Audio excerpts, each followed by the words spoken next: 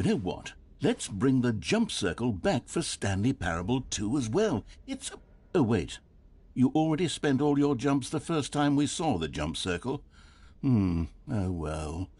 I suppose it can just be a nice decorative piece then.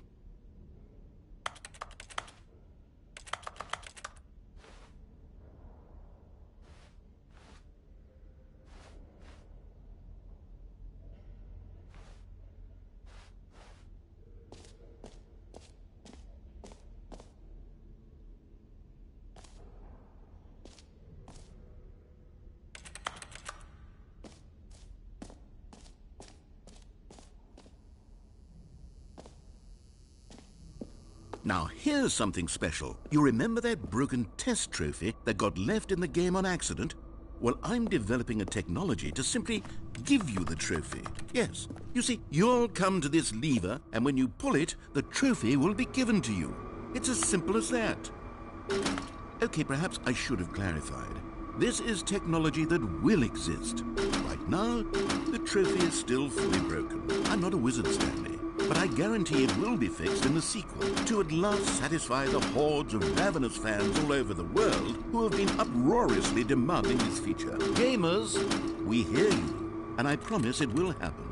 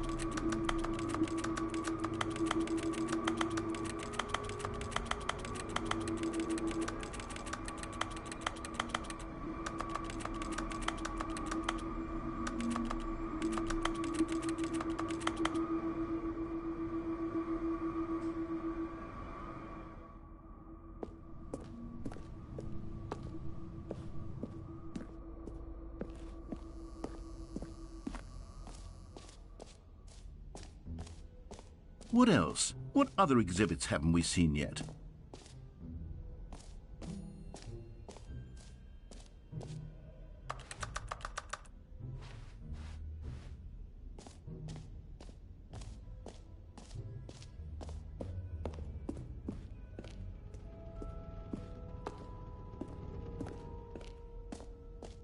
Ah, collectibles.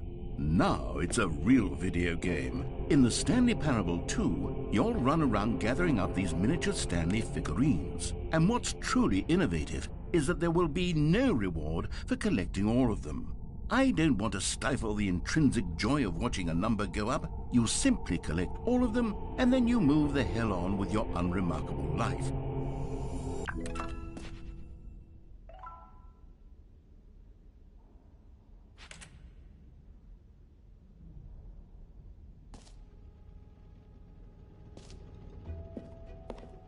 God, it really is the worst when you collect everything in a video game and then they give you a big fancy reward for it. Absolutely tragic.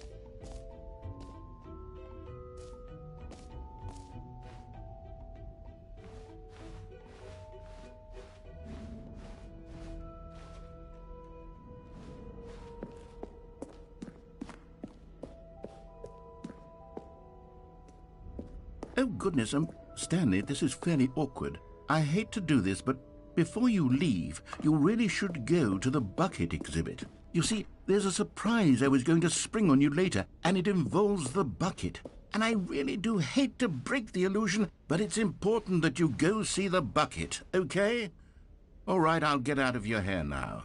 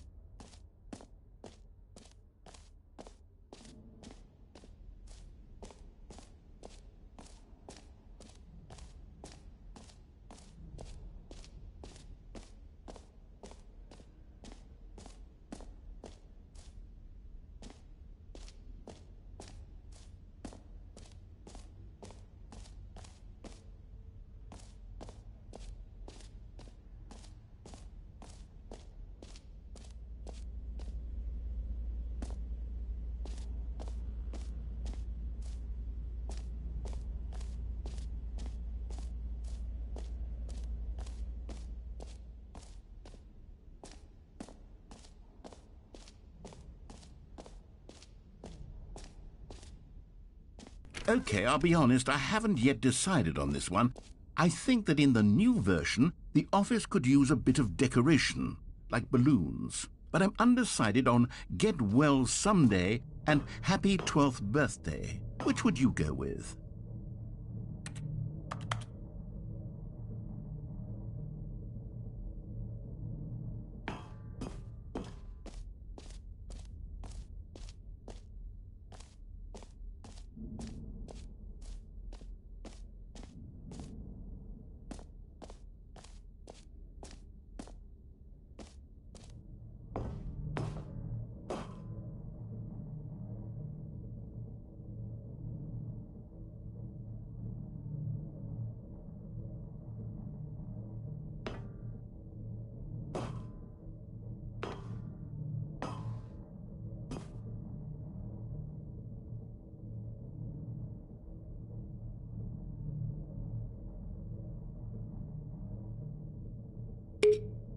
You know, sometimes when you solicit another person's opinion, it makes you realize that you knew which one you actually really wanted all along.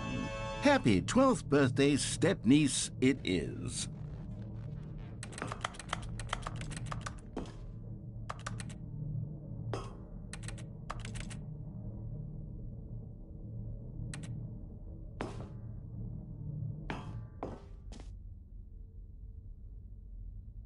Or actually, maybe I should have gone with... No, I've made my decision. We're moving on. Come now, you've already made your choice. It's true that you chose badly, but we all have to move on from our mistakes.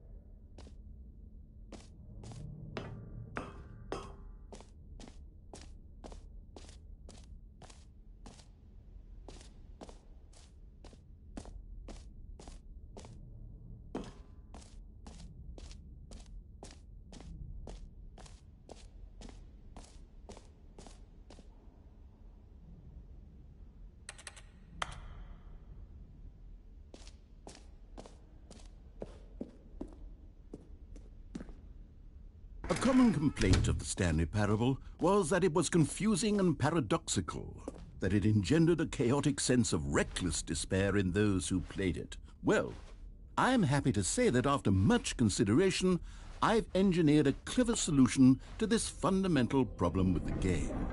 It's the Stanley Parable Reassurance Bucket.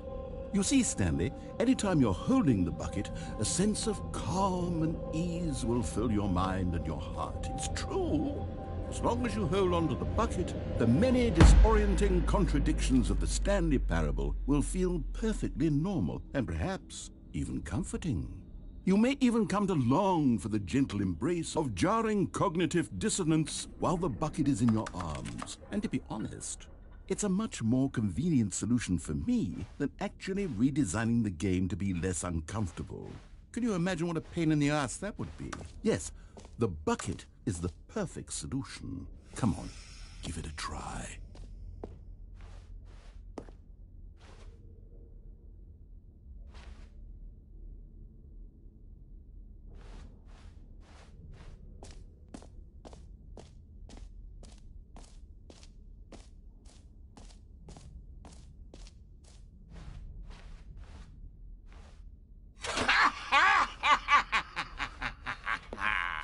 Can you feel it? The glow of comfort, even in the face of crushing despair, must already be sweeping through your body. And in fact, can I say that I do believe the bucket lends you an air of charisma as well? I think that just holding it has made you the slightest bit more attractive as a person. The benefits of the bucket seem to go on, don't they? All this and more await you in the Stanley Parable 2. Does anyone give out awards for most enjoyable bucket in a video game? That really should be an award if it isn't already.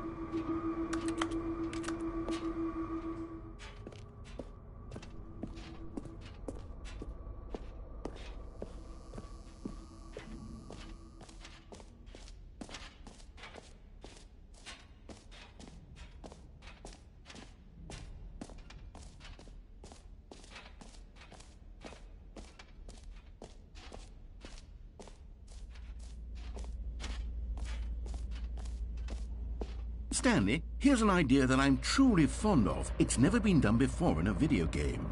This is, in fact, a hole that you can fall down forever. That's right. Infinite falling. You can fall until the end of time, if you like. A stunning leap forward for video games as a medium.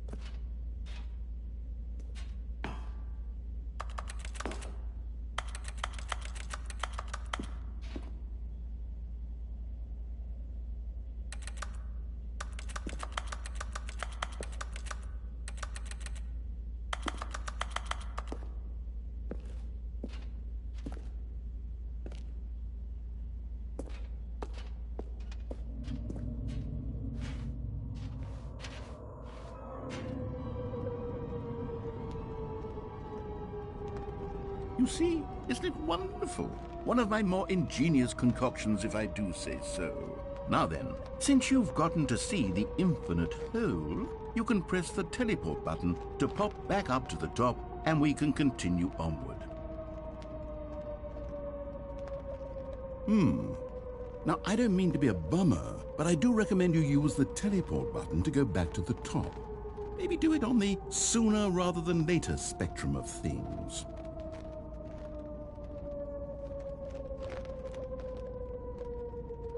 Okay, Stanley, I don't know quite how to say this tactfully, but it's possible that I slightly exaggerated the infinite nature of the hole. Is it a very, very deep hole? To be certain it is. It's an extremely deep hole. I don't want anyone to say that it isn't an astonishingly deep hole. It is. Is it infinite? Well, that sort of depends on your definition of infinity. From one perspective, the infinite is merely philosophical in nature. It's more of a... Okay, well, good for you. You found the bottom of the hole. You found me out, Stanley. I'm a liar and a cheat, and you're so clever. Look, I think the issue here is just that you're unusually fascinated by falling. What normal person actually wants to fall infinitely? I figured the hole was as deep as anyone would actually need. Don't you put this on me. Maybe you're the problem. Look, things got a little heated there. I think we both said some things we didn't mean. Why don't we just put all this behind us and agree to just call the hole mostly infinite? If that works for you, then go ahead and press the teleport button to warp up to the top of the hole and we can move on. I'll just be up here when you're ready.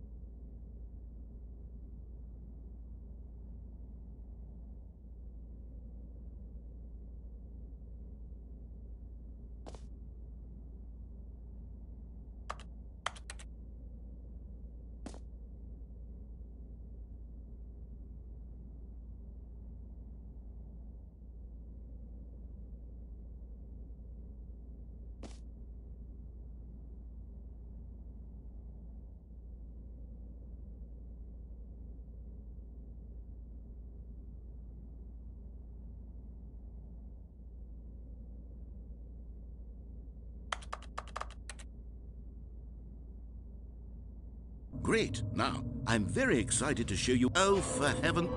You see, I was right. The problem is you.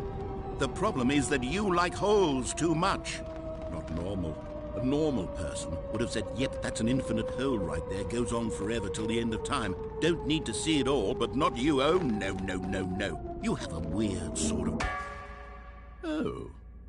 Did the hole seem even shorter to you this time? I couldn't help but feel like you spent a little less time in there than you did before. I mean, admittedly, I didn't make an infinite hole, but I didn't think it was that not infinite.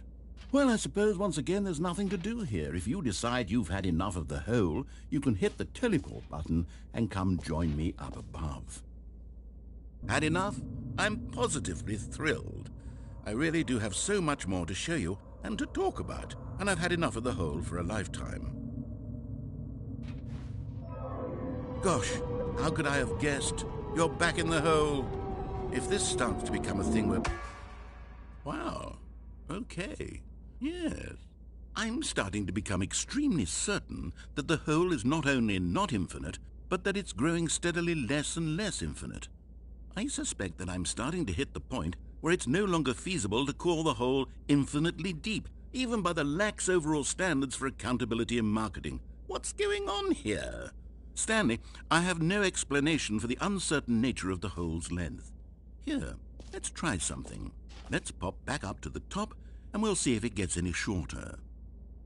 Well, there it is. The shame of my lie has come to haunt me. Not only is the hole not infinite, but it's barely even a hole at this point. It's more of a concavity, or even a very aggressive divot. How is this still appealing to you? I know you're obsessed with holes, but at this depth, I just can't see this scratching the itch. Oh, who am I to judge? You just do whatever it is you're here to do and hit the teleport button when you're ready to move on.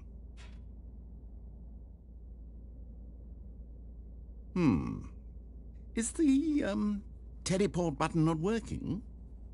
You sure? Well, I mean, I really don't have an explanation. It was working just a moment ago. Try it again. Still nothing? Well, I suppose there is one thing I can do to fix this. I'm out. Goodbye, Stanley. You couldn't bear to be away from the hole, and now you'll get more time with it than you could ever have asked for. It's a win for everyone. You get to be with the hole, I get to do literally anything else. Take care, Stanley. I hope you and the hole have a wonderful rest of eternity together.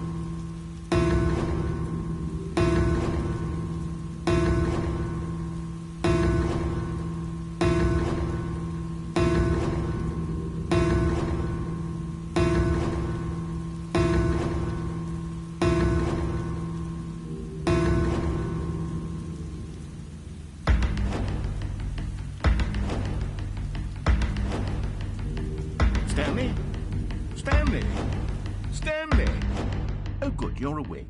It seems you had sort of dozed off there, drifting away into dreamland. But we can't have that, Stanley, because this hole is just so darn fascinating that I want you to be wide awake for every second of it.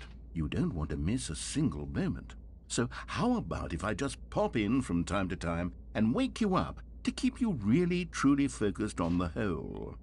From the looks of things, you and I will have many, many years here in this hole, and I'm looking forward to all of them. Stay alert, Stanley. I'll be back. Toodle-pip.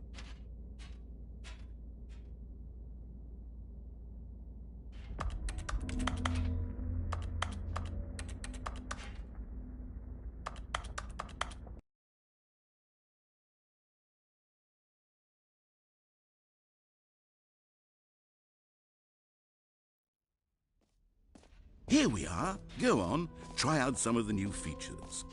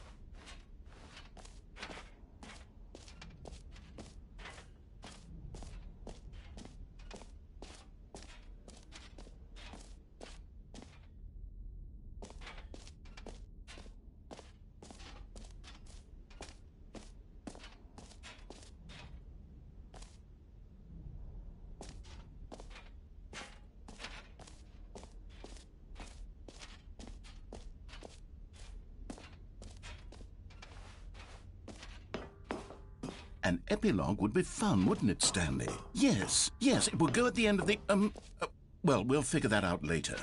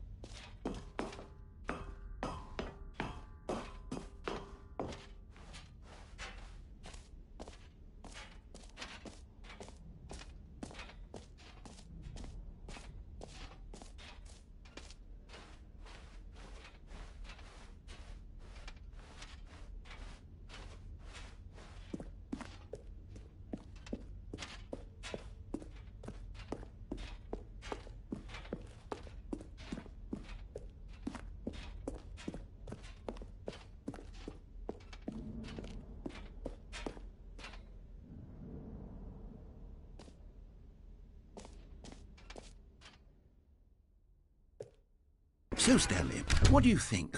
Do you like all of the new features? Yes, I know it's not exactly clear yet how exactly these features will come together as one single coherent video game, but I can feel it in my soul. It's going to work. There's definitely a good game in there somewhere. Say, let's do an experiment. I'll arrange these new features together, and we'll see whether or not it coheres into a meaningful gameplay experience. Okay, are you ready? Here it is.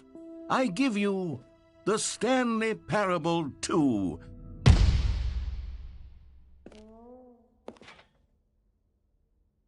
I mean, there's potential here, right? It's sort of... Okay, never mind. Hold on, let me do a different arrangement. Okay, yes, this is much better. I feel good about this. Here we go. Version 2. Who am I kidding, Stanley? This isn't a coherent video game at all. It's a lot of gags.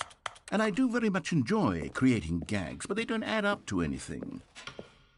I wanted more than anything to create a sequel that would capture all the magic of the first game. I wanted fans to love it. No matter how good these gags are, they won't stand on their own. They would need the structure and the gameplay of the original. Wait, maybe that's it. I can take the original Stanley Parable and simply, well, insert a few of my new features into it. Tastefully, of course. With respect. With care for the vision and integrity of the original game. Would it possibly work? I suppose it could. But it would need a really, really tremendous title screen. A title screen that says with bold and uncompromising conviction, "This is the Stanley Parable 2. Let me see if I can whip something up. All right, perfect. Go ahead. Take a look.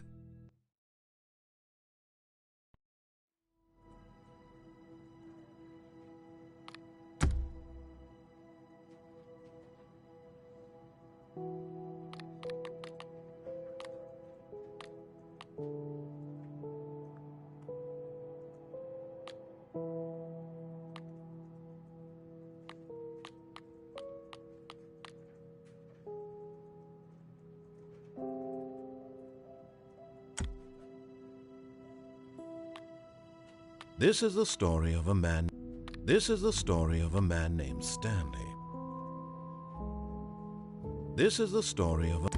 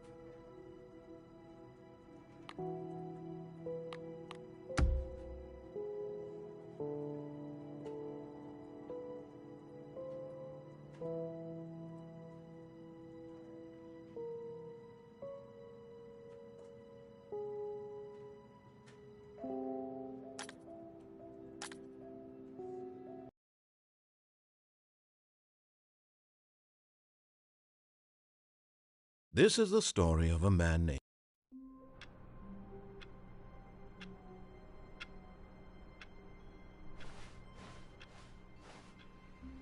All of his co-workers were gone. What could it mean? Stanley decided to go to the meeting room. Perhaps he had simply missed a memo. Oh, please. Are you really just doing this for the trophy?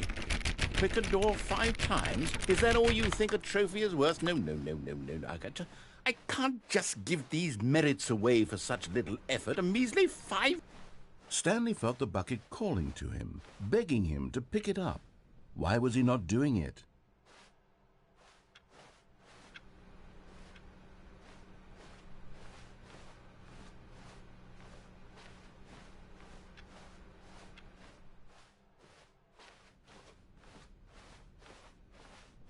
When Stanley came to a set of 2 open doors, this was not the correct way to the meeting room, and Stanley knew it perfectly well.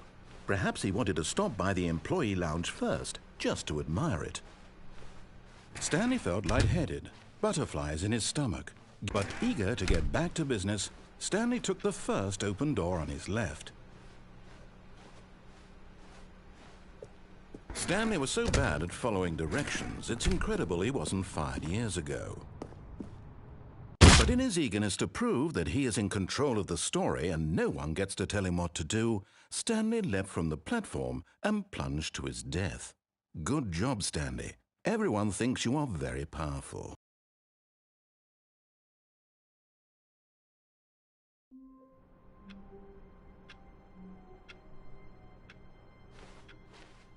All of his co-workers were gone.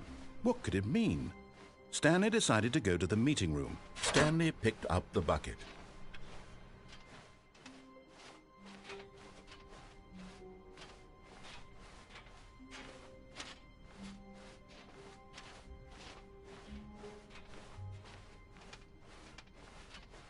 Stanley clutched the bucket tightly to his... This was not the correct way to the meeting room, but Stanley had felt the bucket calling to him, telling him that the employee lounge was simply the place to be. And here it was. Had the bucket turned out to be correct? Was this better than the meeting room? Yes, Stanley thought to himself. Yes, perhaps it truly was. How insightful the bucket turned out to be. No, never mind. The bucket was wrong. Stanley took the door on his left to go back to the meeting room. No, said the bucket. don't go to the meeting room. Go somewhere else. The cargo lift, yes. Go there. Go to the cargo lift.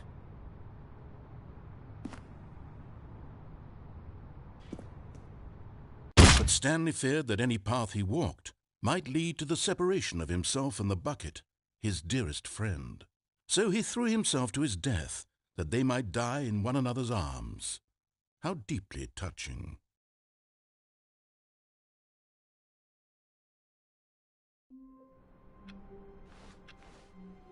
All of his co-workers were gone. What could it mean? Stanley decided to go to the meeting room. Perhaps Stanley lifted the bucket into his arms, and a wave of comfort rushed over him. Stanley clutched the bucket tightly to his chest and entered the door on his left. This was not the correct way to the meeting room, but Stanley had felt the bucket calling to him, telling him that the employee lounge was simply the place to be. And here it was. Had the bucket turned out to be correct? Was it? No, never mind. The bucket was wrong. Stanley took the door on his left to go back, and so the two of them detoured through the maintenance section and walked straight ahead to the opposite door.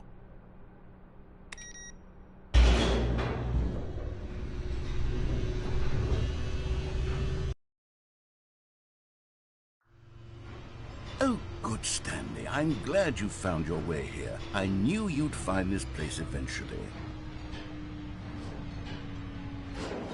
You see, your friends and I are concerned for you, Stanley. We've come together here because we care about you very much. It's this bucket you're carrying around everywhere. the bucket isn't even from the original Stanley Parable. It's just sequel content. We're the ones that matter, Stanley. Classic characters from the first game, like the Adventure Line and the Broom Closet. Because that's what fans want from a sequel. They want more of their favorite jokes, not this bucket that they've never seen before. Yes, I know I'm the one who gave you the bucket, but you're spending too much time with it. Don't you want another story involving the Adventure Line? We could make the Adventure Line go somewhere new. Yes, yes, that's what the fans want. Let's do it.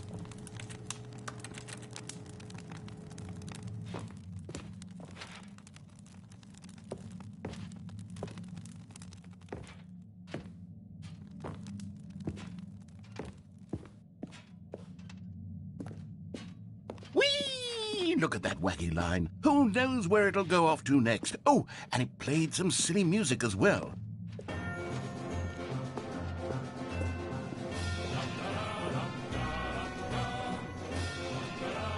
Now this is what the Stanley Parable is all about. Don't you remember all those great jokes from the original dialogue? Also, Stanley is addicted to drugs and hookers. Yes, it's as classic now as it was back then. Let's do it for the fans, Stanley. Let's give them more content exactly like this. But if we want to do that, you're going to have to give something up.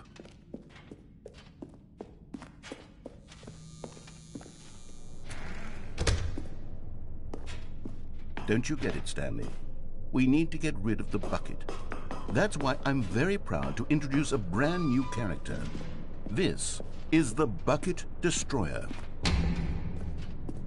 I think it'll make a wonderful new addition to the rich lore of the Stanley Parable. True, it also was not in the original game, but it's such a well-fleshed-out character with so much personality that to me it already feels as though it's been part of the cast all along. Don't you agree?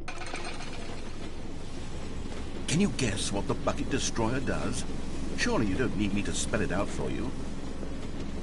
Go ahead now, Stanley. Say goodbye to the bucket, and then pop it into the machine when you're ready.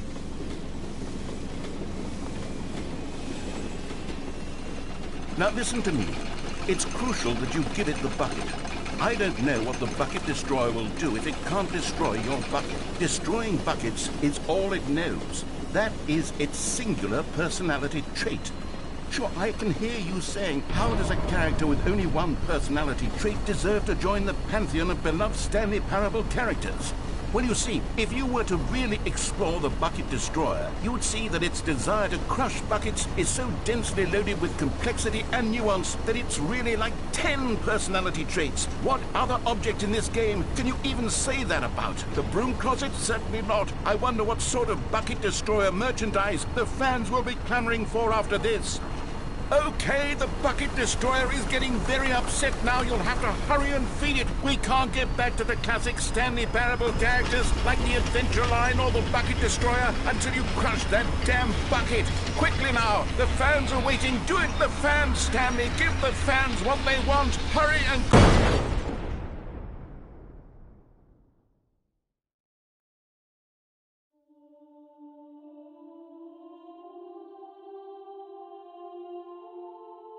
The Bucket Destroyer, my prized creation. You had so much potential. We were going to do such marvelous things with you, tell such spellbinding stories about you. All of it squandered now. Goodbye, new friend. For the moment in time that you were here, you were magnificent.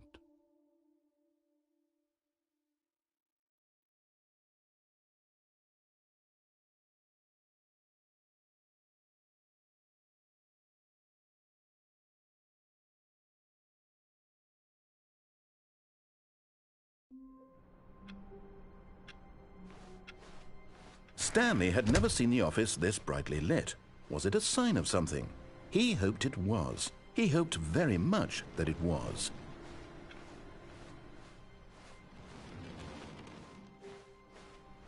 The confusion and the chaos all seemed to melt away as Stanley embraced the bucket.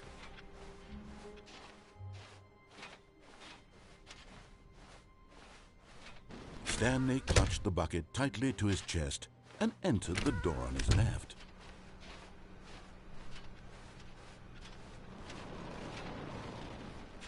Still no one was here. Stanley needed the bucket's warmth and comfort now more than ever. Perhaps his boss's office was where he'd find answers. Oh, Stanley, can you feel it? The broom closet. It wants the bucket. You can feel that, can't you? The aura of jealousy. It's as clear as day. This broom closet believes it deserves the bucket. I can really feel it now. It's a bucket. It belongs in a broom closet. That's what the broom closet is trying to say here. It's supposed to go with the other cleaning supplies. Good for you, Stanley. Don't give in. Don't hand over the bucket. I know how hard it must be, given the pressure that the broom closet is putting on your shoulders right now, but you have to be strong. This is your bucket. This is your companion and lifelong friend. You can't hand it over. Oh, no. We're getting into name-calling now, it seems. Is this how low the broom closet has sunk, that it has to resort to this stream of petty insults simply in order to get you to hand over the bucket? Stanley, I never liked this broom closet for a variety of reasons, but even this is worse than I had imagined. And wait, now the broom closet has the gall to imply that you and the bucket are not truly deep and lasting friends? That your relationship is purely superficial and convenient? That your life is so banal and meaningless that you'd feel the same sort of kinship towards any inanimate object which happened to lay in your path in an even partially enticing manner? Well, I never. Go on, Stanley. Lay into it. Really tell the broom closet off for its demeaning comments. Expand on the wide variety of experiences you and the bucket have shared together. Go through each of them point by point. Share your journal entries detailing the rich emotional landscape of your feelings for the bucket as they have changed and evolved over the years. Let him have it.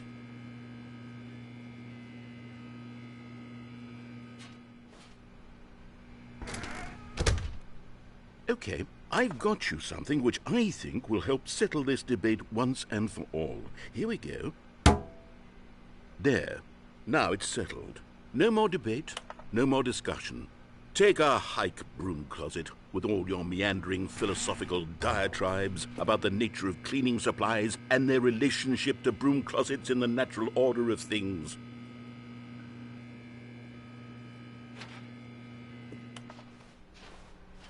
All right, I've got a second. Coming to a staircase, Stanley and the bucket walked upstairs to the boss's office.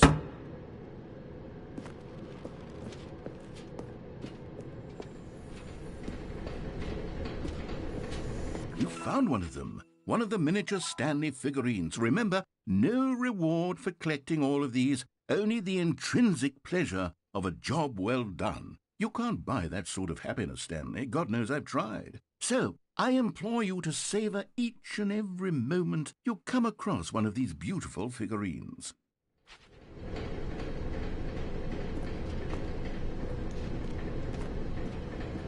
But Stanley just couldn't do it. He considered the possibility of facing his boss, admitting he had left his post during work hours. He might be fired for that. And in such a competitive economy, why had he taken that risk? All because he believed everyone had vanished? His boss would think he was crazy. And then something occurred to Stanley. Maybe, he thought to himself, maybe I am crazy. He looked down at the bucket in his arms. Am I crazy? He asked the bucket. The bucket returned his gaze, but said nothing at all. That's strange, Stanley thought. Usually the bucket is a source of guidance and wisdom for me in difficult times such as these. He held the bucket close, yet felt none of its familiar reassurance and comfort. And that's when Stanley realized, this isn't my bucket. It's just a normal, everyday bucket. Someone else's bucket, perhaps. How did I end up with someone else's bucket? This is all terribly wrong. Surely no good would come from this. Who knows what sorts of bizarre hallucinations Stanley might experience without the psychologically grounding presence of his bucket. And indeed, now he noticed that the rooms were repeating, which was, of course, very odd.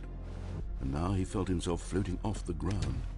Oh, gracious, he exclaimed. Without my bucket, I've gone truly mad. Where is it? I must find it. Far off in the distance now, he heard it, calling to him. Stanley! Stanley, it's me, the bucket. Could it truly be? He rushed forward from room to room, passing by one bucket after the next. None of them were his. None of them were his special bucket. Come to me, Stanley. Find me. He had to find the bucket. He had to return to his old friend. It was the only way to truly restore his sanity. And then suddenly, he froze dead in his tracks.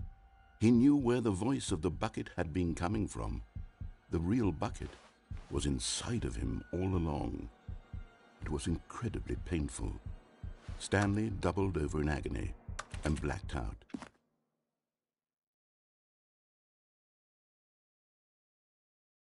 This is the story of a woman named Mariella. Mariella woke up on a day like any other. She arose, got dressed, picked up her bucket of comfort and security, and walked to her place of work. But on this particular day, her walk was interrupted by the body of a man who had stumbled through town, talking and screaming to himself, and then collapsed dead on the sidewalk. Right away, she knew what the problem was. This man had no bucket. Of course he'd gone mad, ranting and raving about a narrator describing all of his actions and how everything is predetermined and free will is an illusion and it's all just a video game. It could all have been prevented if only he'd taken his bucket with him. Perhaps he didn't even realize he'd forgotten his bucket at home in the first place. How cruel the world can be, Mariella thought, and she hugged her own bucket even tighter. But of course, she had no time for this.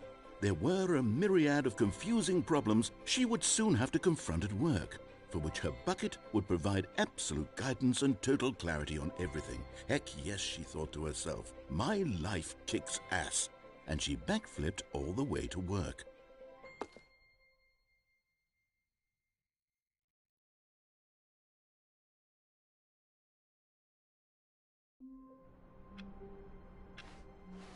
How long was I sitting there? Stanley wondered to himself. Minutes? Days? Centuries? Did something crucial happen while my senses were turned? He made a note to be more careful with time from now on.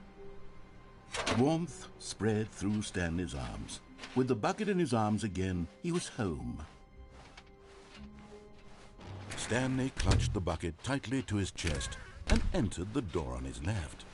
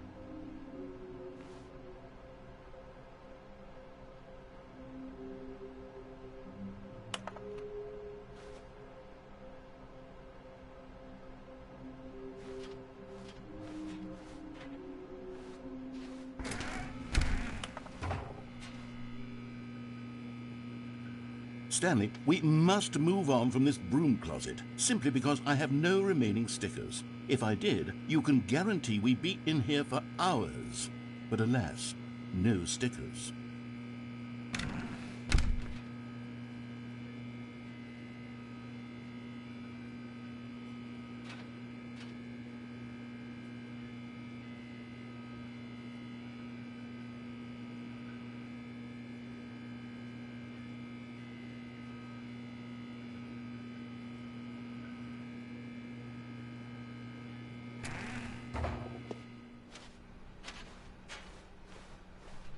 Coming to a staircase, Stanley and the bucket walked upstairs to the boss's office.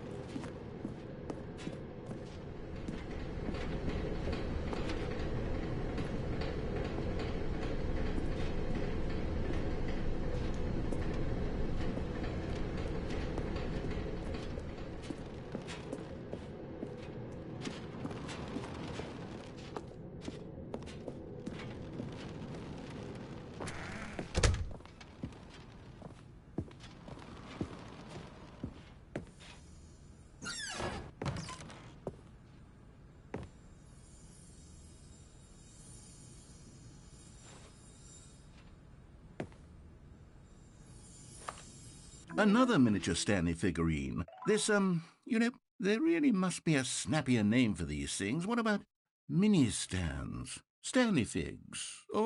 What about Stanlerines? Yes, I think I like that. Another Stanlerine under your belt.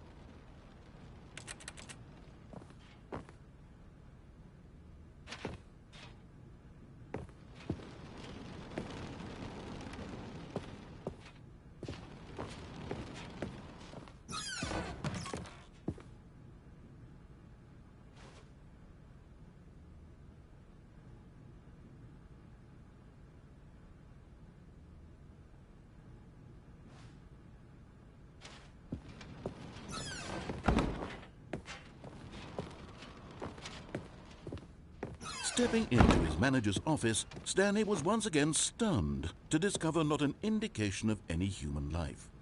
Crushed by the weight of this revelation, Stanley may have broken down into an emotional dumpster fire if not for the soothing presence of the bucket. Even now, in his darkest of hours, did the bucket's warmth and guiding light pierce the dark clouds of confusion and chaos. It would be with him always. The bucket would, and he knew it. The two of them were inseparable.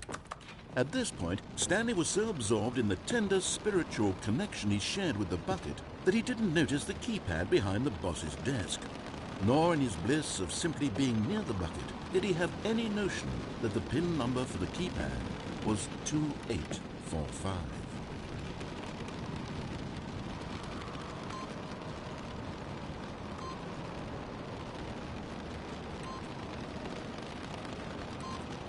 But Stanley guessed the correct code by sheer luck. Was it the bucket knew all along? Was the bucket guiding him? Yes, this is certainly the most logical explanation.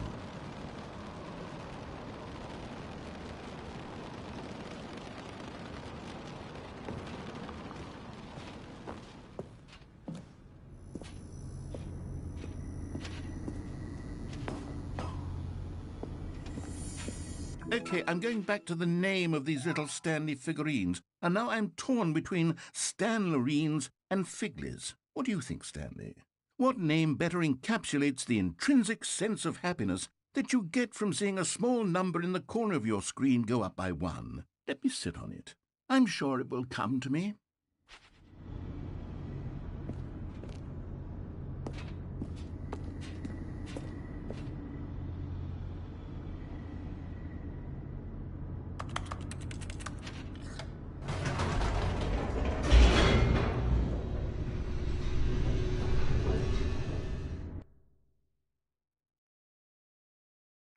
The elevator raced downward, plummeting towards an unknown fate. It would be all Stanley could do to keep himself together, if not for the bucket. Soothing him, comforting him, reassuring that in this darkest moment of uncertainty, he would be all right. The bucket is here for you, Stanley. Everything will be fine.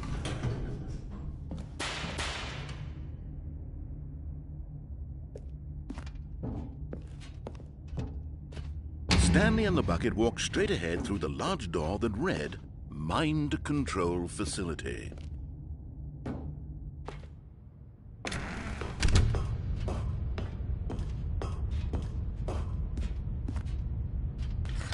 The lights rose on an enormous room packed with television screens.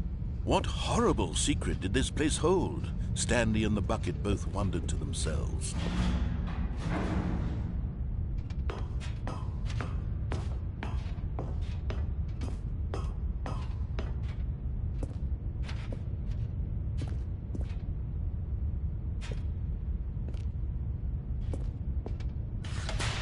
Monitors jumped to life, and Stanley nearly dropped the bucket in shock. Everyone in the office was being videotaped, monitored like guinea pigs.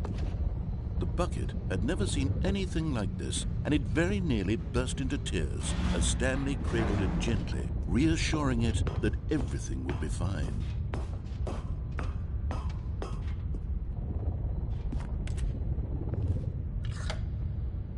Was the bucket under the mind control facility's influence as well? Had the bucket been told to do things it didn't wish to do? What kinds of things does a bucket want to do or not want to do in the first place? These questions raced furiously in Stanley's feeble mind. No! He screamed into the bucket. He couldn't accept it. His own life in someone else's control, never! He squeezed the bucket tighter, his one friend in the entire world. At this point, he could trust no one except for the bucket.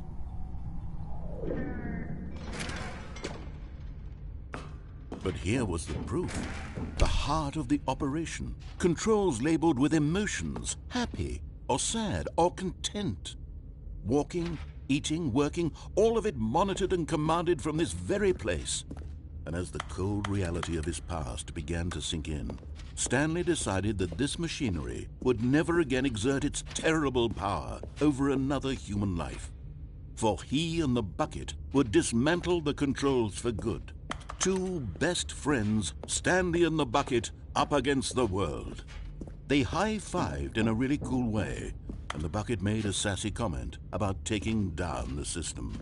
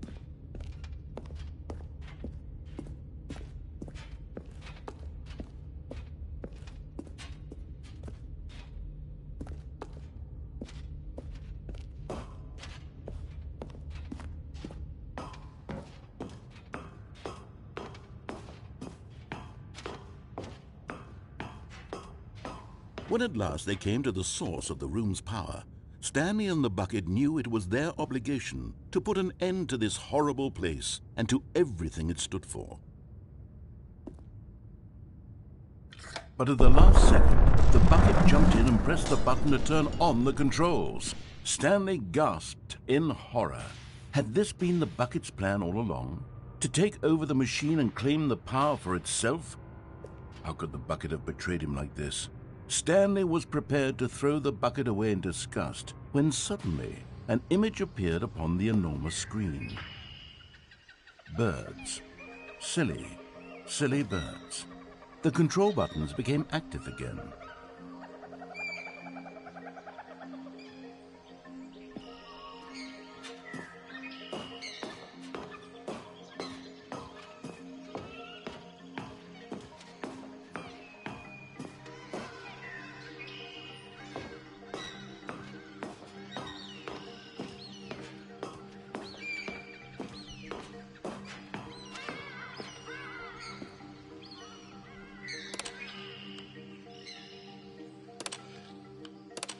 Stanley flipped through one video of silly birds after another, and then it dawned on him. This wasn't a mind control facility at all. It was a facility for monitoring and surveilling silly birds all over the world. The mind controls were only a facade to disguise its true intentions. Had the bucket known this all along? Stanley marveled at the metal genius in his hands, the one who had pointed him towards this incredible discovery.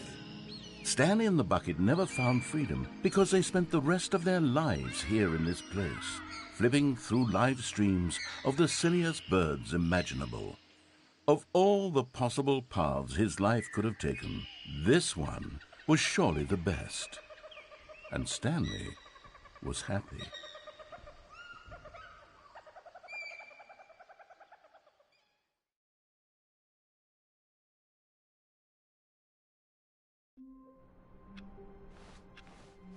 his co-workers were gone. What could it mean? Stanley decided to go to the meeting room. Perhaps he had simply missed a memo.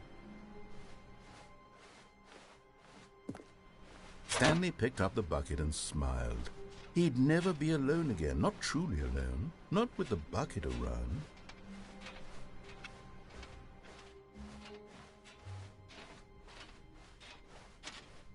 Stanley clutched the bucket tightly to his chest and entered. This was not the correct way to the meeting room, but Stanley had felt the bucket calling to him, telling him that the employee lounge was simply the place to be. And here it was. Had the bucket turned out to be correct? Was this better than the meeting room? Yes, Stanley thought to himself. Yes, perhaps it truly was. How insightful. No, never mind. The bucket was wrong. Stanley took the door on his left to go back to the meeting room. No, Said the bucket. don't go to the meeting room. Go somewhere else. The cargo lift, yes. Go there. Go to the... Good, Said the bucket. Now ride the lift all the way to the top. There's something up there I need you to do. Stanley did not question why or how this bucket was speaking to him. It should have alarmed him, of course, because buckets can't talk. But Stanley chose not to think about this obvious fact. He was firmly convinced that the bucket had spoken to him, and he unthinkingly did whatever the bucket asked.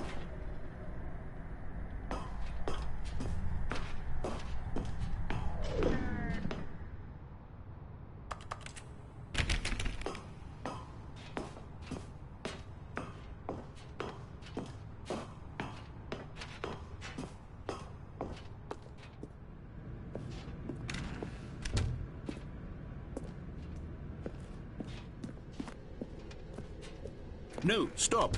Look there on the wall. You see, there's a sign right there. It says, "No buckets past this point." Stanley, how could you think it was okay to bring the bucket here? Unless, what if the problem is that you actually don't know what is a bucket and what isn't a bucket? I suppose that would explain a lot about your behavior up to this point. Which, if that's true, well, my goodness, I think we have to do something about it. This misunderstanding could have dire consequences on the entire rest of the game if not addressed quickly and properly. So much of the impact of the story is dependent on your understanding of what is and isn't a bucket. Please, step in here for a moment.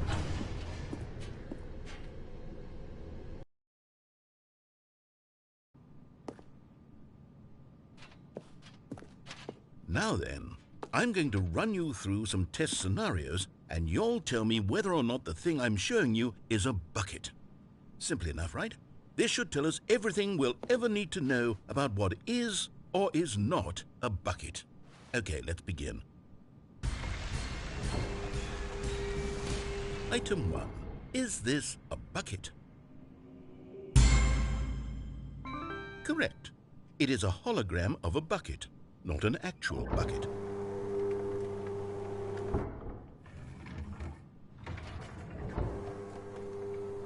Item 2. Is this a bucket? Correct. It is a 3D printed recreation of a bucket, not an actual bucket.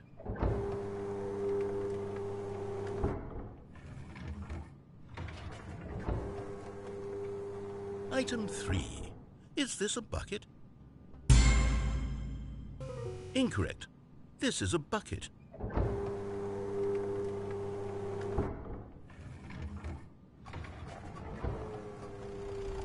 Item 4. Is this a bucket? Are you hallucinating? This is a tractor. It's an enormous machine that tills the earth. I thought this was a gimmick. How on earth did you manage to screw it up? Absolutely incredible. Let's just move on to the next one.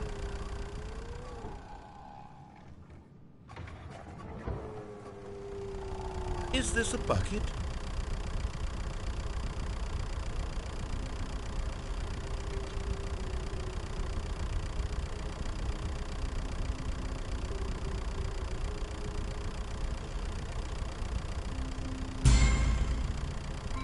Correct. This is a bucket.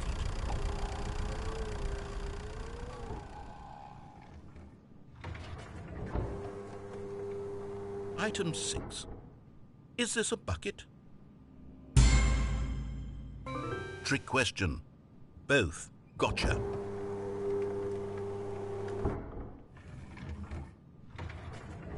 Item... Wait, hold on. I can't find the next one. Let me see. It should be around here somewhere.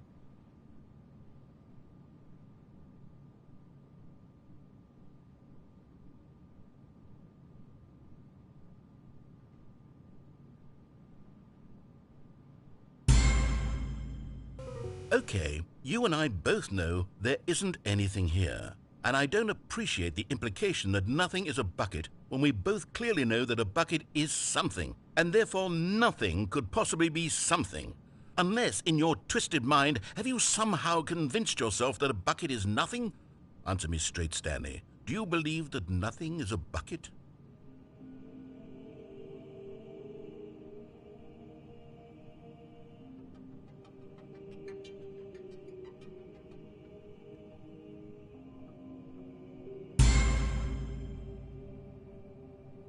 You know what? I'm too confused to even sort it out. I've lost all sense of perspective. What is a bucket? What isn't a bucket? Mere moments ago I could answer these questions with confidence, and yet now I'm somewhat adrift. Do any of us know what a bucket is? Am I a bucket? Stanley, I can't keep doing this. I'm losing myself, and myself was all I ever had to begin with. I'm afraid the bucket is threatening to tear our relationship apart. I can't have that. I'm sorry, but I'm going to erase all buckets from the game entirely. Okay, here we go.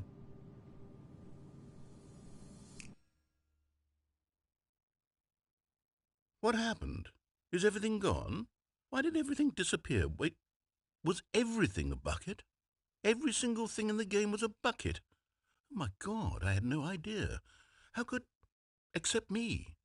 I'm not a bucket after all. And you, Stanley, you're still here. You're not a bucket either.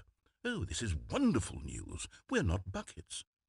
Yes, I actually feel much more at ease right now. It's delightful to get some clarity on that issue, but it doesn't change the fact that we haven't got a game. So, tell you what, I'll reset everything and we'll put back all of the buckets, okay? And we'll know that it's all a bucket. But if you run into anyone else, maybe don't mention that. Who knows what that information might do to a person? All right, here we go.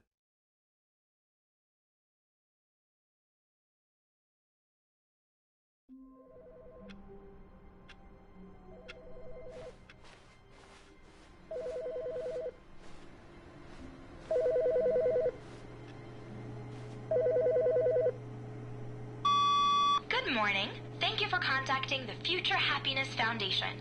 We are confirming your shipment of 1,327 cardboard boxes to your place of work. Can you verify that this is correct? Excellent. Your order will arrive shortly. Thank you again for contacting the Future Happiness Foundation.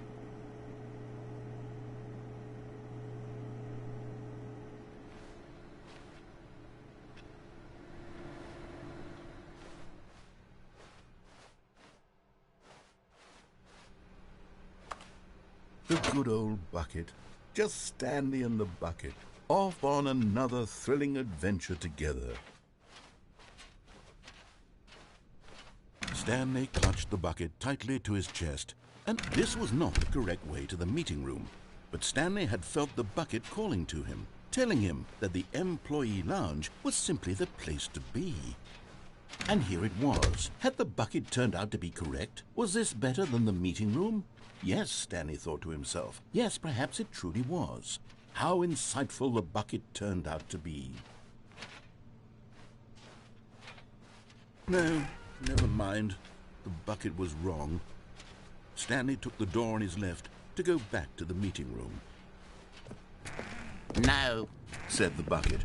don't go to the meeting room. Go somewhere else. The cargo lift, yes. Go there. Go to the cargo lift.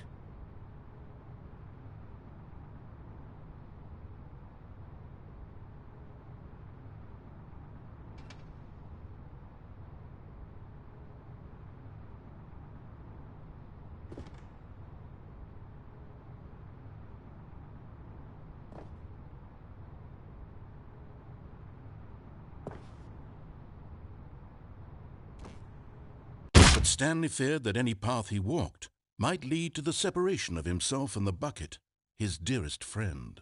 So he threw himself to his death, that they might die in one another's arms. How deeply touching.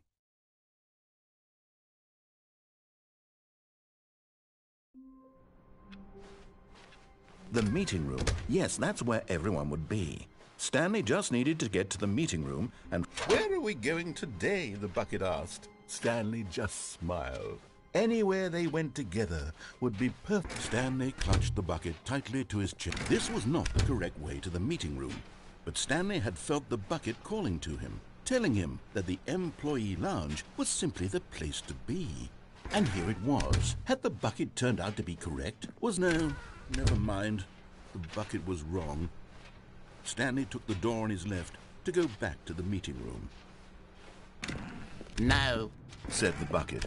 "don't go to the meeting room. Go somewhere else. The cargo lift, yes. Go there. Go to the cargo lift."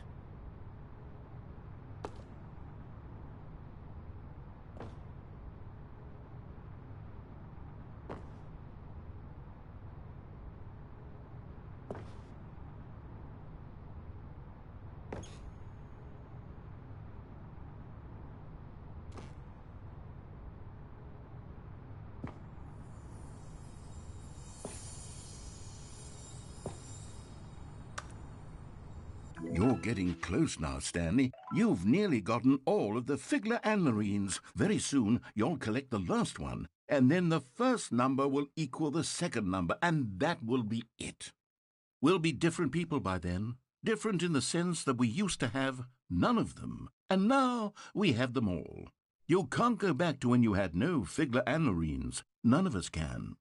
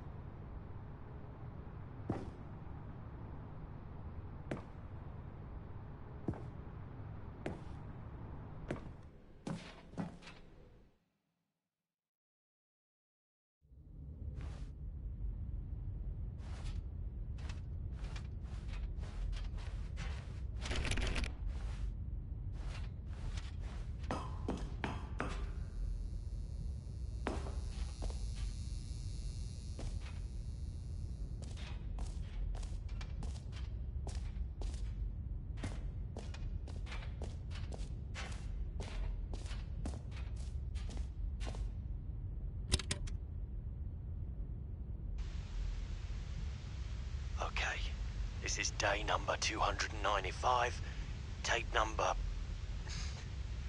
I don't even know. I've lost track. Nothing feels real anymore.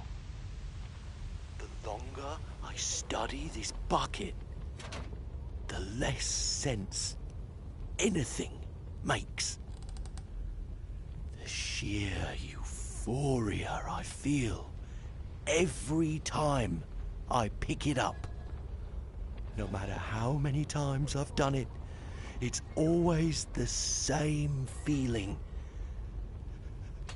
And the emptiness in my chest when I set it down. It doesn't make sense. There's no explanation for it. I still haven't figured out why I see the world so differently when this bucket is in my arms. Why everything feels so... What do I do with this treasure? I can monetize it. Yes. It's unthinkable the amounts of money people will pay for even just an hour with the bucket. This is my golden ticket. But I have to be careful, because as soon as this gets out, there's going to be a target on my back. Even now, I don't know who might be trying to get me. What's that? Who's there?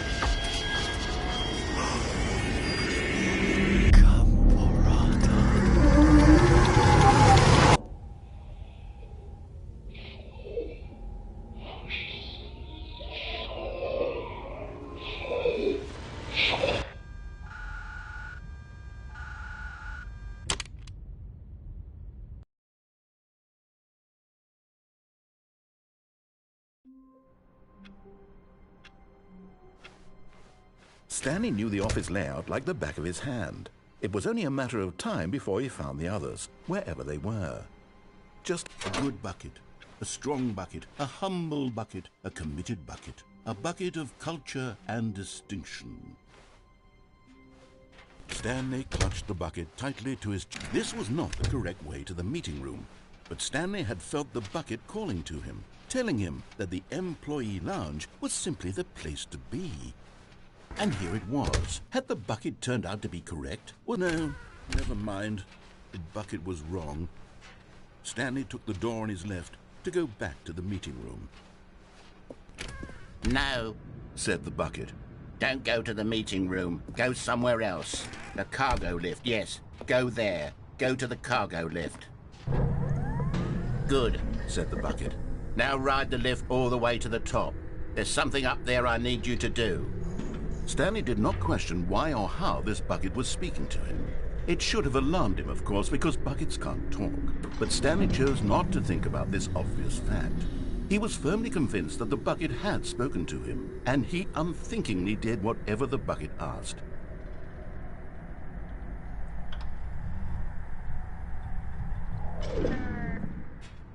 In here. Said the bucket. Go into this dark room over here. Stanley once again obeyed blindly.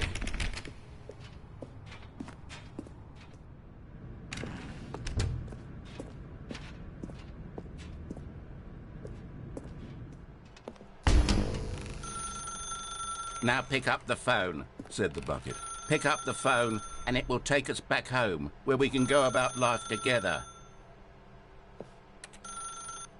Whoa, hold on. Why did you unplug the phone? Were you trying to resist the bucket's orders? Stanley, I was joking. Obviously, the bucket isn't talking to you and telling you to do things. Buckets can't talk. It was a joke. Don't you get the joke? It's funny, Stanley. A talking bucket. Can't you see? Oh, goodness. I must have really bungled up the delivery if you actually took me seriously. Where did I mess up the joke? Should I have paused for longer or spoken quicker? Comedic timing is so difficult. I wish I were better at it. But there isn't exactly an instructional video on comedy that one can watch to fully... Oh, wait, yes, there is. It's sitting right here. Let's take a look. What is comedic timing? What is comedic timing? How does it work? How long should it last? How can it be used to effectively silence your political enemies? And more importantly, can it be taught in its entirety within 90 seconds?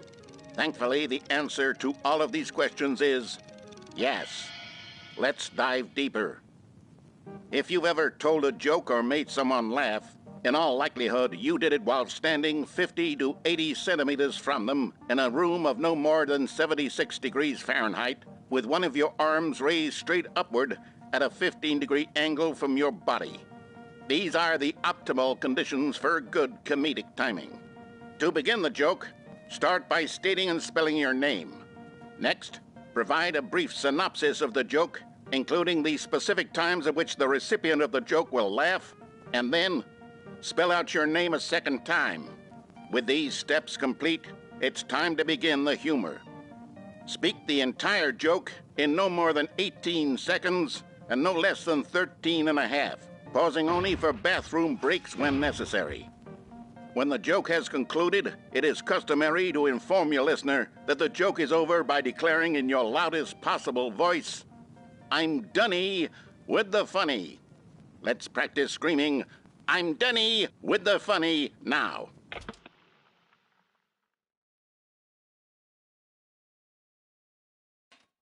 Good. This saying is a perfect example of expectations management, which is the cornerstone of good comedy. Finally, it's time to hand out surveys. Collecting hard data from your audience on how rapt they were throughout the joke is the only way to grow or learn as a comedian.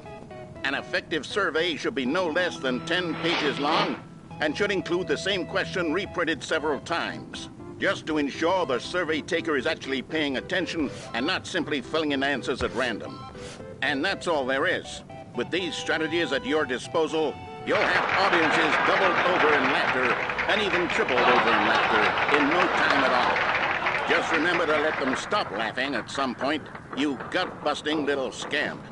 After all, we're each of us needed on the front lines of the war to fight the 12-legged invader who threaten our very existence and who very likely die in a hailstorm of bullets and mandibles. All of us must be prepared to give our lives to this noble cause, just as our children must do after us, and their children after them. Godspeed, and may Earth reign supreme.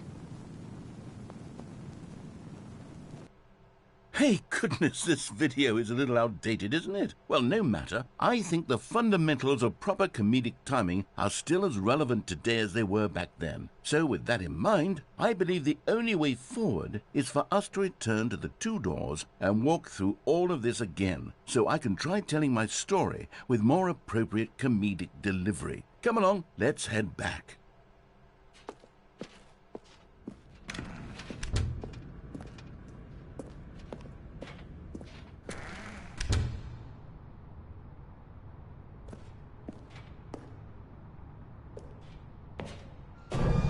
I can feel it. This time, I'm really going to nail the delivery. You'll be in stitches. A talking bucket, you'll say? How ridiculous. How absurd. What a hilarious concept. The king of comedy. That's what you'll call me. Thank goodness we had the instructional video.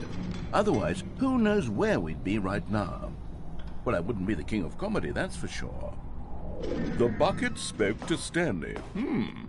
The bucket spoke. The bucket spoke. Oh, I'll figure it out on the fly. No need to overthink things.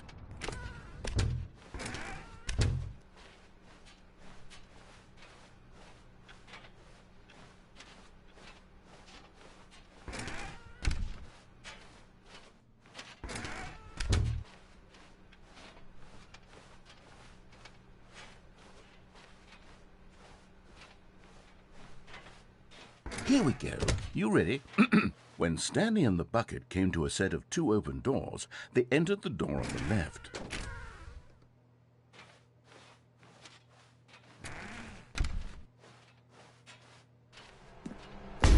What?